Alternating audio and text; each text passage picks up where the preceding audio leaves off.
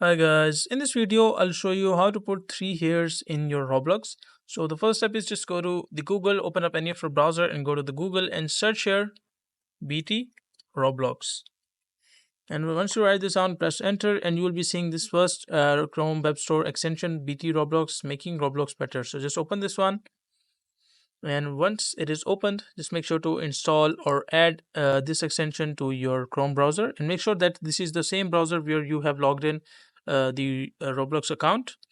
So just click on add to Chrome, add extension, and once the extension is added, after that you can just pin the extension as well if you want to, BT Roblox. And from here what you need to do is just refresh the Roblox homepage where you are logged in your Roblox account.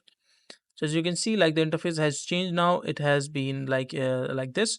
So from here just click on this option called avatar, and once you click on this section, it will take you to another page, and on this section just go to head and body, and inside the head and body you can just click on hairs. And once you click on hairs, you will be seeing all the hairs that are available.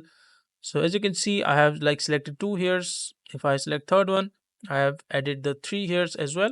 And if I select the fourth one, all the hairs are added at the same time. So that is a simple and easy process of how you can add or put three hairs in your Roblox account.